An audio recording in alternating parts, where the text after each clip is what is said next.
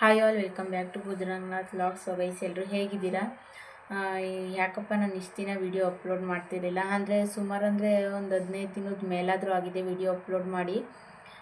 ಏನು ಎತ್ತಾ ಅನ್ನೋದೆಲ್ಲ ಹೇಳ್ತೀನಿ. ಹೇಳೋದಕ್ಕೂ ಮುಂಚೆ ಯಾರೆಲ್ಲ ನನ್ನ ಚಾನಲ್ನ ಹೊಸದಾಗಿ ನೋಡ್ತಿದ್ದೀರಾ, ಹಾಗೆ ಯಾರೆಲ್ಲ ಸಬ್ಸ್ಕ್ರೈಬ್ ಮಾಡ್ಕೊಳ್ದಲೇ ನೋಡ್ತಾ ಇದ್ದೀರಾ, ಸಬ್ಸ್ಕ್ರೈಬ್ ಮಾಡ್ಕೊಂಡು ನೋಡಿ. ಹಾಗೆ ಫ್ರೆಂಡ್ಸ್ ಆ್ಯಂಡ್ ಫ್ಯಾಮಿಲಿಗೆಲ್ಲ ಶೇರ್ ಮಾಡಿ. ವಿಡಿಯೋ ಇಷ್ಟ ಆದರೆ ಲಾಸ್ಟಲ್ಲಿ ಒಂದು ಲೈಕ್ ಮಾಡೋದನ್ನು ಮರಿಬೇಡಿ. ಯಾಕೆ ನಾನು ಇಷ್ಟು ದಿನ ವೀಡಿಯೋ ಅಪ್ಲೋಡ್ ಮಾಡ್ತಾ ಇರಲಿಲ್ಲ ಅಂದರೆ, ಇಮೇಲ್ ಐ ಡಿ ರಿಕವರಿ ಮಾಡಬೇಕಿತ್ತು. ಇಮೇಲ್ ಐ ಡಿ ರಿಕವರಿ ಅಂತಂದು ಒಂದು ಮೆಸೇಜ್ ಬಂತು. ಇಮೇಲ್ ಐ ಡಿ ರಿಕವರಿ ಮಾಡೋಕ್ಕೆ ಪಾಸ್ವರ್ಡು ಹಾಗೆ ನಾವೇನು ಜಿಮೇಲ್ಗೆ ಕ್ರಿಯೇಟ್ ಮಾಡಿರ್ತೀವಲ್ವ, ಅದೊಂದು ಜಿಮೇಲ್ ಐ ಡಿ ಮತ್ತು ಪಾಸ್ವರ್ಡ್ ಎರಡು ಕೇಳುತ್ತೆ. ಎರಡು ಕೂಡ ಕರೆಕ್ಟಾಗೇ ಕೊಟ್ಟರು, ಯಾಕೋ ಬರ್ತಿರ್ಲಿಲ್ಲ. ರೀಟ್ರೈ ಅಂತಲೇ ಬರೋದು. ಟ್ರೈ ಮಾಡಿ ಎಷ್ಟು ಸರಿ ಟ್ರೈ ಮಾಡೋದು ಕೂಡ ಅದೇ ಥರನೇ ಬರ್ತಿತ್ತು, ರೀಟ್ರೈ ಅಂತಲೇ ಬರ್ತಿತ್ತು. ಮೇಯ್ನಾಗಿ ಯೂಟ್ಯೂಬ್ ಯಾಕೆ ಬರುತ್ತೆ ನೋಡಿ, ಅದೇ ಓಪನ್ ಆಗ್ತಿಲ್ಲ. ಲಾಗಿನ್ ಅಂತ ಕೇಳುತ್ತೆ, ಲಾಗಿನ್ ಕೊಟ್ಟರೆ ಅದೇ ಹೇಳಿದ್ನಲ್ಲ, ರೀಟ್ರೈ ಮತ್ತೆ ರೀಟ್ರೈ ಅಂತಲೇ ಕೊಡುತ್ತೆ. ಏನು ಮಾಡಬೇಕು ಅನ್ನೋದೇ ನನಗಂತೂ ಗೊತ್ತಾಗಲಿಲ್ಲ. ಇಮೇಲ್ ಐ ಡಿ ಕೂಡ ಕರೆಕ್ಟಾಗಿ ಹಾಕಿದ್ದೀನಿ, ಹಾಗೆ ಪಾಸ್ವರ್ಡ್ ಕೂಡ ಕರೆಕ್ಟಾಗಿ ಹಾಕಿದ್ದೀನಿ. ಆದರೂ ಕೂಡ ರೀಟ್ರೈ ಅಂತಲೇ ಬರ್ತಿತ್ತು. ನಾನು ಅಲ್ಲದೇ ಬೇರೆ ಕಡೆ ಕೂಡ ತೋರಿಸಿದ್ದೆ.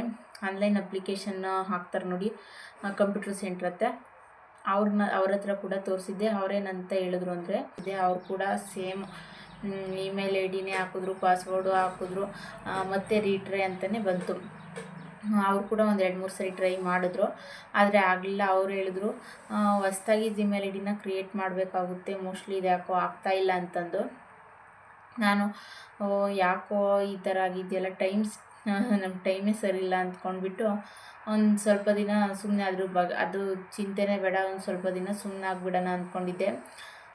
ಎಲ್ಲದಕ್ಕೂ ಟೈಮ್ ಕೂಡ ಬರಬೇಕು ಅಂತಾರೆ ನೋಡಿ, ಆ ಥರ ಆಗೋಗ್ಬಿಡ್ತು. ಈಗ ನನಗೂ ಒಂದು 15 ದಿನದ ಲೈಫು ಯಾವ ಥರ ಇತ್ತು ಅಂದರೆ, ಒಂದು ಸರಿ ಟ್ರೈ ಮಾಡಿದ್ರೆ ಯಾಕೋ ವರ್ಕೌಟ್ ಆಗಲಿಲ್ವಲ್ಲ, ಏನು ಮಾಡೋದು ಇನ್ನು ಮುಂದೆ, ಮತ್ತೆ ಹೊಸ್ದಾಗಿ ಕ್ರಿಯೇಟ್ ಮಾಡಬೇಕಾ ನಾನು, ಮತ್ತು ಹೊಸ ಚಾನಲ್ನ ಕ್ರಿಯೇಟ್ ಮಾಡಬೇಕಾ ಅನ್ನೋದೇ ಮೈಂಡಲ್ಲಿತ್ತು.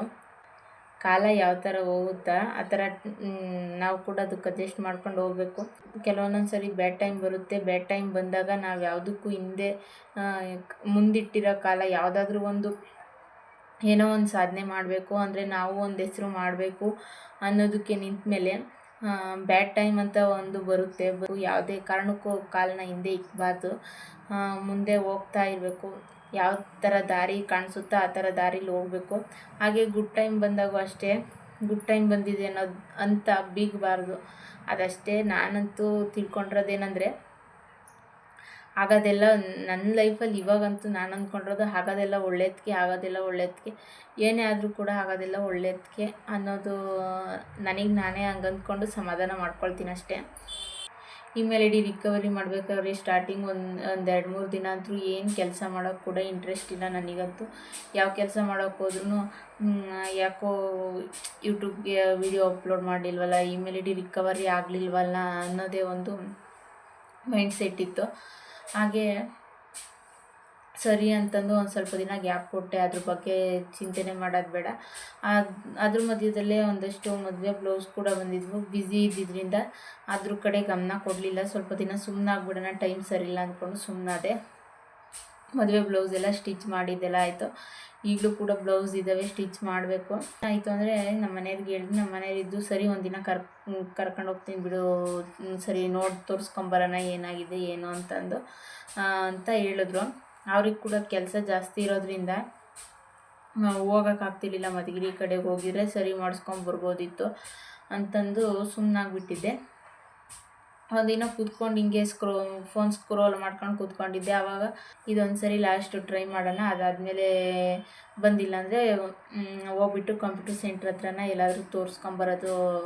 ಅವ್ರೇನಾದರೂ ಮತ್ತೆ ಇದು ರಿಕವರಿ ಆಗೋಲ್ಲ, ನೀವು ಹೊಸ್ದಾಗಿ ಇಮೇಲ್ ಐ ಡಿ ಏನಾದರೂ ಕ್ರಿಯೇಟ್ ಮಾಡಬೇಕು ಅಂದರೆ, ಅಲ್ಲೇ ಸ್ಟ್ರಾಂಗ್ ಆಗಿಬಿಟ್ಟಿದ್ದೆ. ಸ್ವಲ್ಪ ದಿನ ಗ್ಯಾಪ್ ಕೊಟ್ಟನಲ್ಲ, ಅದ್ರ ಬಗ್ಗೆ ಚಿಂತೆ ಮಾಡ್ದಲೇ ಅದಕ್ಕೋಸ್ಕರ ಸ್ಟ್ರಾಂಗ್ ಆಗಿದ್ದೆ.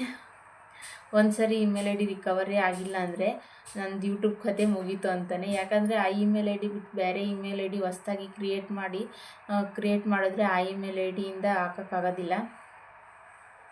ಮತ್ತು ಹೊಸ್ದಾಗಿ ಯೂಟ್ಯೂಬ್ ಚಾನಲ್ನ ಸ್ಟಾರ್ಟ್ ಮಾಡಬೇಕಾಗುತ್ತೆ. ಒಂದು ಸರಿ ಒಂದು ಇಮೇಲ್ ಐ ಡಿಯಿಂದ ಯೂಟ್ಯೂಬ್ ಚಾನಲ್ನ ಸ್ಟಾರ್ಟ್ ಮಾಡಿದ್ದೀವಿ ಅಂದರೆ, ಅದೇ ಇಮೇಲ್ ಐ ಡಿನ ರಿಕವರಿ ಆದರೂ ಪರವಾಗಿಲ್ಲ ಮಾಡಿಕೊಂಡು ಯೂಟ್ಯೂಬ್ಗೆ ವಿಡಿಯೋ ಅಪ್ಲೋಡ್ ಮಾಡಬೇಕಾಗುತ್ತೆ. ಒಂದು ವೇಳೆ ಹೊಸ್ದಾಗಿ ಅದು ಯಾಕೋ ವರ್ಕ್ ಆಗ್ತಿಲ್ಲ ಬಿಡು, ಬೇರೆ ಇಮೇಲ್ ಐ ಡಿ ಕ್ರಿಯೇಟ್ ಮಾಡ್ಕೊಳ್ಳೋಣ ಅಂತಂದೇನಾದರೂ ಹೊಸ್ದಾಗಿ ಕ್ರಿಯೇಟ್ ಮಾಡಿಕೊಂಡ್ರೆ ಅದು ಕೂಡ ವರ್ಕ್ ಆಗೋಲ್ಲ. ಯಾಕಂದರೆ ಎರಡು ಬೇರೆ ಬೇರೆ ಇಮೇಲ್ ಐ ಡಿ ಆಗಿರೋದ್ರಿಂದ ನಾವು ಈ ಇಮೇಲ್ ಐ ಡಿನ ಯಾವ ಇಮೇಲ್ ಐ ಡಿಯಿಂದ ಯೂಟ್ಯೂಬ್ನ ಸ್ಟಾರ್ಟ್ ಮಾಡಿರ್ತೀವಿ ನೋಡಿ, ಅದೇ ಇಮೇಲ್ ಐ ಡಿಯಿಂದನೇ ಯೂಟ್ಯೂಬ್ಗೆ ನಾವು ವಿಡಿಯೋ ಅಪ್ಲೋಡ್ ಮಾಡಬೇಕಾಗುತ್ತೆ. ಇಲ್ಲಾಂದರೆ ಬೇರೆ ಮತ್ತೆ ಹೊಸ್ದಾಗಿ ಯೂಟ್ಯೂಬ್ ಚಾನಲ್ನ ಸ್ಟಾರ್ಟ್ ಮಾಡಬೇಕಾಗುತ್ತೆ. ಸೊ ನಾನು ಕೂಡ ಏನು ಮಾಡೋದು ಅಂತ ಯೋಚನೆ ಮಾಡಿಕೊಂಡು ಸ್ವಲ್ಪ ಸ್ಟ್ರಾಂಗ್ ಆಗಿದ್ದೆ. ಅಕಸ್ಮಾತ್ ಅವರೇನಾದರೂ ಈ ಇಮೇಲ್ ಐ ಡಿ ರಿಕವರಿ ಆಗೋದಿಲ್ಲ, ಹೊಸ್ದಾಗಿ ಇಮೇಲ್ ಐ ಡಿ ಕ್ರಿಯೇಟ್ ಮಾಡಬೇಕು ಅಂತ ಏನಾದರೂ ಹೇಳಿದ್ರೆ ಸರಿ, ಹೊಸ್ದಾಗೆ ಕ್ರಿಯೇಟ್ ಮಾಡ್ಕೊಬಿಟ್ಟು ಸ್ವಲ್ಪ ದಿನ ಟೈಮ್ ತಗೊಳುತ್ತೆ, ಆದರೆ ಹೊಸ್ದಾಗಿ ಕ್ರಿಯೇಟ್ ಮಾಡಿಕೊಂಡು ಮತ್ತೆ ಬೇರೆ ಚಾನಲ್ನ ಸ್ಟಾರ್ಟ್ ಮಾಡೋಣ ಅಂದ್ಕೊಂಡಿದ್ದೆ. ಅಷ್ಟರಲ್ಲಿ ಲಕ್ಕು ಅನ್ನೋದಿರುತ್ತೆ ನೋಡಿ, ಅಷ್ಟರಲ್ಲಿ ಇದೇ ಇಮೇಲ್ ಐ ಡಿನೇ ನಾನೇ ರಿಕವರಿ ಮಾಡಿಕೊಂಡೆ. ಇಮೇಲ್ ಐ ಡಿ ರಿಕವರಿ ಆದಾಗಂತೂ ತುಂಬ ಖುಷಿ ಆಯಿತು. ಸದ್ಯ ಹೆಂಗೋ ಆಯ್ತಲ್ಲ ಅನ್ನೋದೊಂದು ಕಾನ್ಫಿಡೆನ್ಸ್ ಬಂತು. ಹೆಂಗೋ ವಿಡಿಯೋ ಅಪ್ಲೋಡ್ ಮಾಡ್ಬೋದಲ್ಲ ಅಂತಂದೊಂದು ಖುಷಿ ಆಯಿತು.